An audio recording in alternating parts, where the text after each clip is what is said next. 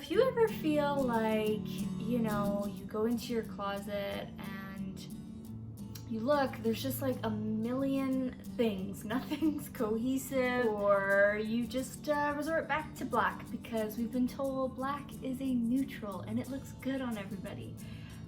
It doesn't. Or let's go even further than that. Let's say you just don't even want to think about it. Because it's too overwhelming to go into your closet, to look through your stuff. It's just a whole thing. You don't know what to put together. There's too many options.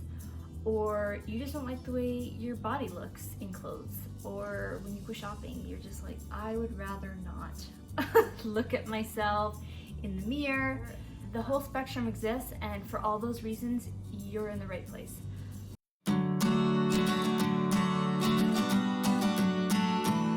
Hi, welcome to my channel. My name is Milen, and this is a space where I talk about all things personal style, fashion, and I'm here to help you on your journey to your own personal style to be the most you can be. I used to be a brand specialist, and I figured out that actually we're all a brand, and so I'm here to help you figure out what that brand is and to make you really shine. I'd also really love for this space to be an inclusive space, and so with that, I mean, I noticed that not all, but most fashion websites, personal stylists, or even just YouTube channels about fashion are really geared towards women, and I love that. It's great. I have nothing against that, but I really want to see a space that talks about men and women equally, and so I'm going to try my best in every video, whichever topic I'm talking about, unless it's like extremely female focused as a topic, but I really do want it to be male and female examples for each of the categories or the topics that I want to talk about. It got me thinking that, you know, it really is not a female thing at all, and it should be. Why? We all like to look good, we all like to feel good in what we are presenting to the world, whether that's with our hair, our outfits, even our accessories. And we're all individuals, and so why does everything have to sit into one gender? It doesn't have to. And I promise to try to keep to having male and female examples for everything I discuss. So you can expect from this channel lots to do with fashion, but more specifically, and we're gonna have some lovely interruptions from my cutie patootie. Oh, there's my cutie. This is Chester, and he's beautiful and a big baby. We like to call him a monkey because he likes to be held a little bit like a baby / monkey, and you will see him every once in a while. There's three sort of broad topics I'm going to cover, but color analysis, Kitchener essences, and Kibbe body type IDs. So let's dive right in. To start, I really want to look at the first kind of topic, which is everywhere right now, and for good reason, actually. I really think that's a gift to the world, and it's kind of shattering the fashion industry a little bit as to what they've told us throughout the years. And I'm thankful for it. And it was obviously very popular in the 80s, and it has this resurgence, which I'm, again, really, really thankful to see. It's color season analysis. I could talk about this forever, and so I will on multiple videos on this channel. But for this one, for this purpose, I really just want to talk about it as an introduction, so that if those of you who don't know what it is, all good, I'm here to help you. It's going to be incredibly confusing at first, but I promise you, if you stick with it, it gets so easy, so simple, and you'll be a pro in no time. Okay, so we've got 4 main seasons. We've got spring, summer, autumn, and winter, just like the seasons outside. Now, With color season analysis, there are kind of three main factors that you really want to look out for, or you'll hear when people talk about it, and I'm going to explain them in detail right now. The first one is your hue. Your hue is whether you are warm or cool. Some people fall neutral, but everybody leans on that spectrum more cool, warm, whichever. So there are people that are called neutral, but they lean warm, lean cool, and so on. So your value is number 2. And your value depends on your contrast levels or how light and dark you appear. So someone with really low contrast is going to have a very light appearance because there's not a lot of difference in terms of tone between their features on their face, so their eyebrows, their eyes, their eyelashes, their hair, and their skin tone. So if you can't really see a difference between those, like a stark difference, then you have low contrast and therefore are more light in your value. On the other side of that, you can have very dark or high contrast value, and that means there's just a big difference between your skin color, your eyes, your eyelashes, your eyebrows, and your hair. This, of course, can be changed with makeup and dyeing your hair, but we're talking about your natural contrast levels. So some people who are very blonde, for example, have very low contrast, or someone who has very dark skin and then very, very dark eyebrows and hair that it almost looks like one color, so you have that on both sides of the spectrum. They're both low contrast. And then on the other side, you can have someone with really pale skin and dark hair. They're gonna be more high contrast. Typically, people with low contrast look best in more lighter colors because they don't get overwhelmed. It's mimicking the contrast you have in your face, in your clothing, so that it kind of looks like this harmonious look. And same thing with dark contrast. If you've got darker colors or deeper tones, you're going to really suit and match the level of contrast you've got going on in your face. Quick tip, if you want to know if you have light or more of a dark contrast level value, take a picture of yourself in natural lighting, no makeup on, and I mean, hopefully with your natural hair color. It's okay if it's not.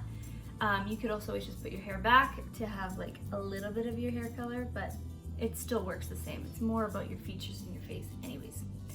And turn that picture into black and white. Now, if you have a light contrast, it's almost gonna kind of blur and be all one tone. And if you have high contrast, it's gonna see some black and gray and more of a contrast throughout your face. The third and last factor is your chroma. Chroma relates to the overall appearance that your face gives. So that can be that you're very bright, meaning you literally, not glow, but you have a very bright appearance. Like everything, your eyes are bright, your lips have color in them. There's just a lot of brightness and clarity in your face. If you're more muted or soft, you tend to be a little more blended, and so there's not lots of, standout features necessarily. Your skin almost has kind of a one tone, and same with all of your other features in your face. For kind of gray toned, cool toned seasons, they actually do have like a grayish hue to them. Not always, but sort of, kind of that all one cloudy look to their faces. And for someone who's more on the warm, as a soft or muted version, they're gonna be a little like kind of pinkish, but just like overall one tone. Like there's not gonna be a lot of coloring in their lips, and just overall soft. Now, this means if someone is soft and muted, they're gonna get really overwhelmed by something really bright because it's the complete opposite of what their face looks like. And the opposite is true for someone who's really bright. If they've got something muted and kind of just dusty, it's a good word to use, dusty, they will kind of look drained and boring because they've got this bright appearance and we're not mimicking that in their clothing. So they look best in really bright colors, either cool or warm. As a stylist myself, I do a lot of these analysis, and what I'm looking for when I'm switching between blue toned based, cool tones and warm yellow tone or orangey tone colors is the overall appearance of your face. Are you brighter and maybe a little more alive looking? Do you look jaundiced, which is not what anybody wants to look like?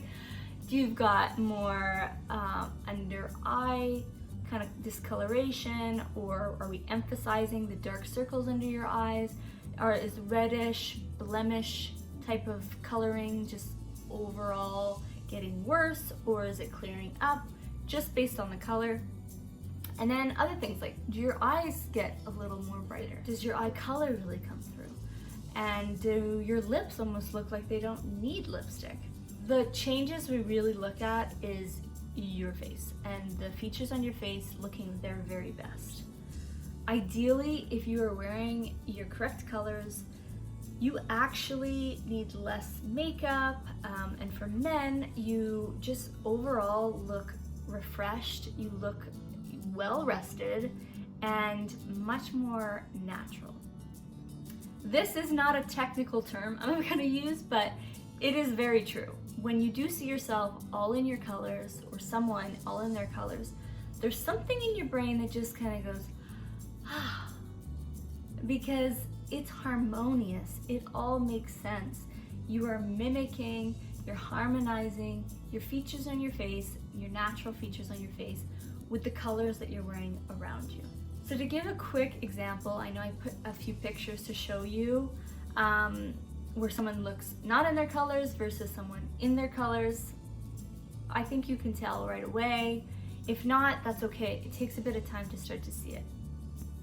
I find that when people get their analysis done in person, it is a game changer because they're seeing real-time changes as we switch up the colors. And it really gets them trained to look for themselves when they go, oh, that is a bright color, I didn't even realize it. So quickly breaking down, this is a bright pink, this is a muted pink. This is a bright blue, this is a muted blue. This is a light yellow, and this is a bright yellow. So that's just a little taste of what we would do when we're kind of comparing to see if you get overwhelmed by bright or you look better in light tones. And so, but during the actual analysis, this is how we break it down. Number one, we identify, are you shining? Are you brighter when you wear more warm tones or cool tones? So we will typically compare your face to very cool, very warm tones. See which one. Kind of narrow it down. If there isn't a big difference, that's when we kind of identify, okay, someone is definitely neutral. And then the second level to that, once we've identified you're either maybe neutral, but leaning warm or cool, or that you're just warm or you're just cool, and then we're gonna look at your value. And so that's your, again, your brightness versus your darkness. So do you have lots of contrast in your face, or do you have, like, you get overwhelmed by bright colors, or do you really, you know what, those sit right there and they look normal and natural on you? Or do you look good in more lighter, less saturated, less intense colors because you have low contrast? Once you've identified light versus dark, we would then move into your overall appearance, and that's that soft, muted, or clear, like a brighter appearance. Again, it's kind of a process of elimination, and you try things on and off with the client to really get to see what's jiving, and you're narrowing it down to that kind of sub-season. So let's talk about sub-seasons. Light springs are low contrast. They do have some brightness to them, but they are not as bright as the other two sub-seasons in the springs. They are brighter than the other warm season, which is autumns. And of course, they are warm toned. true slash warm springs are kind of medium contrast. They also have quite a bright appearance, but not as bright as bright springs, but they're brighter than their sister palette, which is a true warm autumn. And of course, they are warm toned. Then we have our bright springs. Now this is a very bright, very bright season. They sit next to their sister season is a bright winter. They are just the warm version, so their appearance is extremely bright. They have high contrast, typically. So you think like neon warm tones. Then we have light summers. They are low contrast, just like their sister palette, Light Springs. The only difference is that they lean towards cool versus warm. They have kind of more of a muted appearance versus a brighter, kind of bright appearance of the Light Springs. And like I said, they are cool toned. Then we have our soft summers. Their primary characteristic is that they are muted. They have very muted features. They're not bright at all. They're kind of blended features to them. They cannot handle very saturated, overly bright colors or really dark colors like black. And they are cool, and they've got kind of medium to low contrast, closer to medium. And then we've got our cool slash true, some people even call it dark summers. There's kind of like variation between these, but a true summer is very cool toned. That's kind of their primary characteristic. And then they are also muted, and that kind of is the difference between them and a winter palette. Because they're quite cool toned, they're almost in the winter, but their appearance is muted and not bright, and so they sit in the summer palettes. And their contrast can be actually quite medium to slightly closer to dark, but not quite, because that sits in the winter palette. And then on autumns, they're also warm, a warm season. We've got soft autumns. That is me. I'm a soft autumn. So right now I'm wearing makeup, so it's not my natural coloring. However, I still fall under all the categories regardless of whether I have makeup on or dyed hair. You'll always be the same season. Soft autumns are, their primary characteristic is that they're very muted. Very similar to their sister palette, Soft Summers. Both are neutral leaning, however they both have one leaning cool, Soft Summers, and one leaning warm, Soft Autumn. So they're not the warmest of the autumns or of any of the warm seasons. They're less warm and, like I said, sit in that neutral zone but lean towards warm. They typically will have kind of medium contrast, nothing too high ever, like extremely.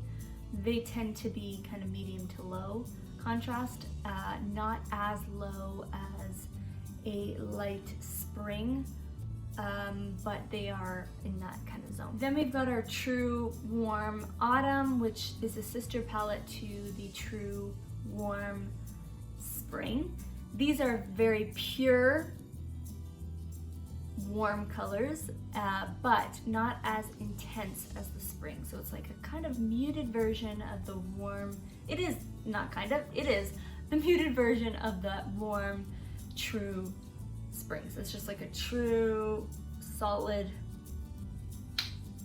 warm color. They too have a muted overall appearance, chroma. And they are medium to high contrast, kind of closer to medium than super high contrast. Then lastly, in the autumn season, we have the dark or deep autumns. They have, their primary characteristic is that they do have high contrast. So they typically have really dark eyebrows, like features on their face and hair, and that contrast with their skin is quite intense. That's their primary characteristic. Their second is that, of course, they're also muted, just like the rest of the autumns, in contrast to any of the Springs. Their sister palette, and where a lot of people get them confused, is a dark winter. And so they can sometimes maybe a little bit pull off black, like it won't be as obvious that they don't suit black, but they look even better, put it that way, in a dark, rich brown, like a muted dark brown, because they are neutral as well, and they lean towards warm. Then let's go into the winters. We've got Bright Winter, which their sister palette is the Bright Spring. Like I was saying, they're kind of those like neon, but on the cool side. They've got really bright appearances, pretty medium to high contrast, and very cool tones. So that's the difference between any of the summer seasons and of course the opposite of the spring. Then we've got the True Cool Winters, which is a sister palette to the True Cool Summers. The only difference is that they have a brighter appearance than the Summers, who are more muted. And they will have, like I said, some brightness, not as bright as the Bright Winters, but definitely still bright. They also have medium to high contrast in their features, and they're like the purest cool tones ever. And lastly, in the winter palette, we've got the Dark Winters, or Deep Winter, you can also call them that. And like I said previously, their sister palette is that Deep Dark Autumn, and they just suit those deep, cool toned colors. So their primary characteristic, just like their sister palette, is that they have very intense, high contrast, the highest contrast essentially, and their overall appearance is just quite dark. And they've got a bright appearance, but not as bright as their True Cool Winter and the Bright Winter, but they are brighter than their sister palette, which is the Dark Deep Autumns. And again, the thing that differentiates them from Autumns is that they are cool toned, not warm tones. And that is it for a little introduction on color season analysis. I know that's a lot, and there's a lot of words that I just threw at you. I'm putting pictures here and there, and I'm going to really dial in on every season and sub-season, give you lots of examples of when it looks good and when it went wrong. If you want to know more, please comment down below, ask me anything. Like I said, there'll be more videos coming. I'm also a personal stylist with services available online and in person. If you're in North America, I basically can travel anywhere for big group color analysis sessions. If you're in the Calgary, Alberta area, I can come directly to you. And if you're anywhere else, I offer online services as well. So check the link down below. And thank you so much for joining me, and I look forward to being on this style journey with you. Thank you. Bye.